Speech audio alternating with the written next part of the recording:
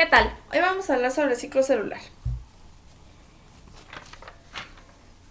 Conocer los procesos de crecimiento celular es importante, ya que estos podrían ayudar a entender los crecimientos excesivos, a los que se conocen como un tumor, que es un defecto, o más bien como un déficit de células en el cuerpo. El ciclo celular se divide en etapas. Entre ellas están la interfase y la división. La interfase es un proceso que asegura el crecimiento y desarrollo de toda célula, y la división culmina con la formación de nuevas células a partir de una célula madre. Es decir, que todas las células que están reproduciéndose se encuentran en esta parte de las etapas del ciclo celular, y las que no se encuentran en esta parte. En la interfase se divide en tres fases, la G1, S y G2. G1 se reconoce como GAP1 y es la etapa de crecimiento celular en donde tiene una intensa actividad metabólica y síntesis de ARN y proteínas.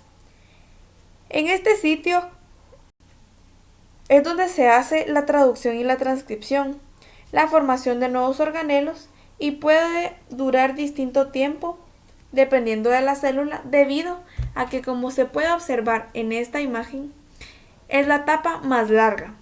La S se puede denominar síntesis debido a que hace síntesis de proteínas de histonas y ocurre la replicación del ADN, es decir, que duplica su material genético. Todo el ADN lo copia y lo duplica para obtener uno cada hija. Y por último, la G2, que puede denominarse GAP2, se fosforilan las histonas H1, lo que ayuda a la condensación de la cromatina. Esta es parecida a la G1, pero los cromosomas ya están replicados y también duplican los centriolos para su uso. Existe una etapa G0 en donde, como toda célula empieza en G1, otras células no pasan de G1 a S, por lo que se escapan del ciclo, ya que éstas no obtienen un proceso de división. A esta etapa se le conoce como G0, o más bien es la prolongación de G1. Algunos ejemplos de células son las neuronas, miocitos y células reproductoras. Las células reproductoras, luego de un periodo de tiempo, regresan al ciclo para seguir con las etapas.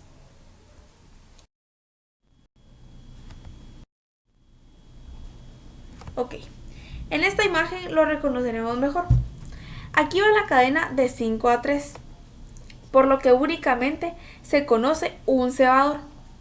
Sin embargo, en la cadena de 3 a 5 se obtienen distintos cebadores que en este caso están de color rosado y los fragmentos de Okazaki. Entonces, se pone el cebador, un fragmento de Okazaki, se pone el cebador, fragmento de Okazaki. A esta se le llama cadena atrasada.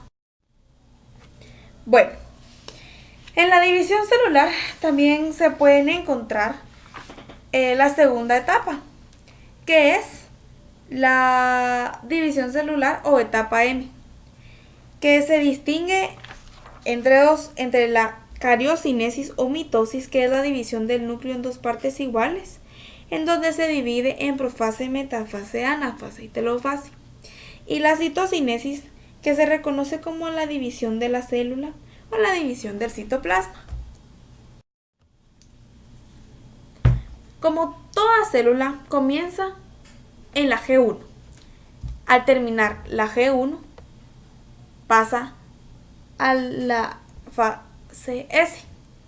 Al terminar la fase S se obtiene la fase G2. Al terminar la fase G2 se obtiene en la etapa M. Bueno, todo el ciclo celular está regulado porque se obtiene una regulación. Muchas células se producirían del ciclo y muchas células se obtendrían La regulación en el del cuerpo ciclo humano, es por lo muy que tendría importante un exceso debido a que o si un no déficit de existiese una regulación, pues se tendrían más células de las que realmente se necesitan. En la regulación del ciclo se han descrito 3 puntos de control durante el ciclo celular. El primero, durante la regulación del ciclo se han descrito 3 puntos de control durante el ciclo celular, en donde se revisan los requisitos. Entre ellos están Start, conocido como checkpoint de G1/S, que se encuentra a finales del periodo G1, cuando la célula va a comenzar la síntesis del ADN. Es el más difícil de pasar. Se revisa que todo esté correcto y que tenga un buen tamaño para dividirse entre las células hijas y que pueda ser capaz de permanecer en el ambiente. Si esto no ha sucedido, entonces el ciclo se detiene en este punto hasta que se obtenga lo necesario. Un segundo punto regulador es el checkpoint. Se encuentra en la entrada de la mitosis. Se conoce como checkpoint de G2/M. La célula obtiene la progresión en el ciclo si la replicación está incompleta o si el ADN está dañado. Existe un tercer punto. En este tipo se encuentra en la transcripción, entre la metafase y la anafase, y es el que regula la salida de la mitosis, donde se detiene si los cromosomas no saben o no pueden estar enganchados correctamente al uso mitótico. Ok. En la regulación del ciclo, pues se obtienen distintas oscilaciones, como se puede observar acá. Estas oscilaciones provocan cambios cíclicos en la fosforilación de componentes clave de esta maquinaria, provocando así el inicio de cada uno de los eventos. Las ciclinas y las quinasas se producen y degradan en cada punto de la restricción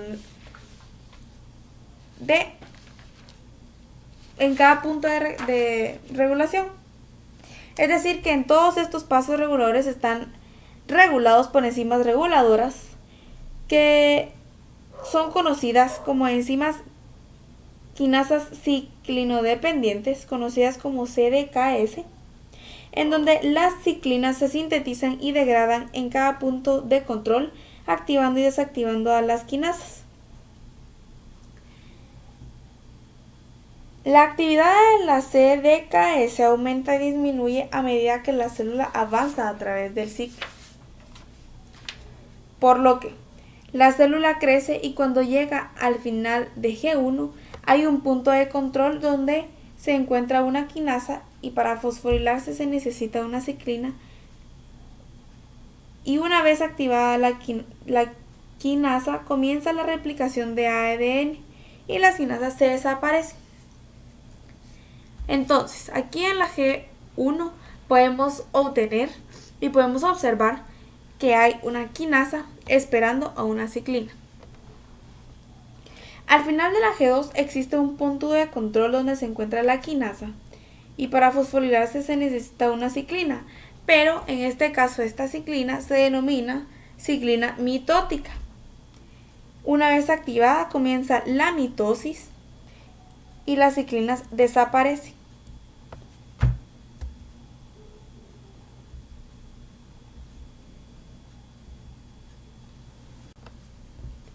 Durante toda la regulación del ciclo celular, estas están reguladas por enzimas reguladoras. Los principales componentes del ciclo de control son las quinasas ciclodependientes conocidas como CDKS. Estas son proteínas. Las ciclinas se sintetizan y degradan en cada punto de control, activado y desactivado a las quinasas. Las quinasas se encuentran en cada punto de control y solo pueden ser activadas por la ciclina. La actividad de la CDKS aumenta y disminuye a medida que la célula avanza a través del ciclo. Estas oscilaciones provocan cambios cíclicos en la fosforilación de componentes claves de esta maquinaria, provocando así el inicio de cada uno de los eventos nuevos.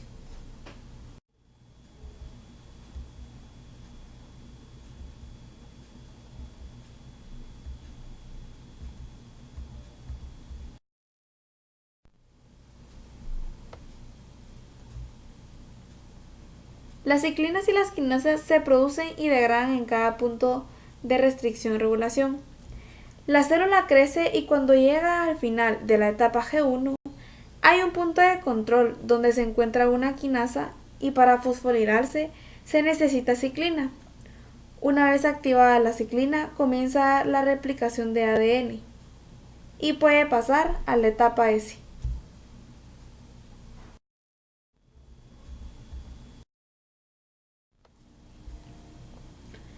Cuando la célula pasa a la etapa S, las ciclinas desaparecen automáticamente y al final de la G2 existe otro punto de control donde se encuentra una quinasa y para fosforilarse se necesita una ciclina mitótica. Una vez activada comienza la mitosis y las ciclinas desaparecen automáticamente. En la etapa M se dice que existe otro punto de regulación, sin embargo, no se conoce definitivamente.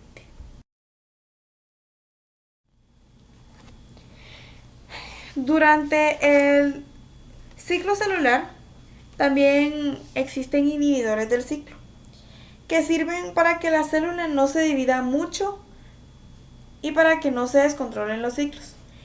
Si se descontrolan los ciclos, se pueden obtener distintas enfermedades. Uno de los inhibidores más importantes es la proteína P53, la cual, por un lado, ejerce un control de tipo negativo, frenando la división a niveles del G1 antes de punto regulador. Esta proteína es sintetizada por la propia célula en respuesta a la aparición de alteraciones de ADN.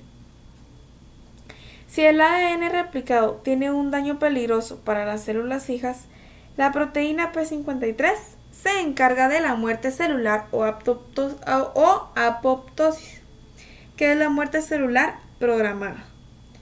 Y entonces, cuando ocurre una apoptosis, es expulsada a lo que se denomina fagocitada.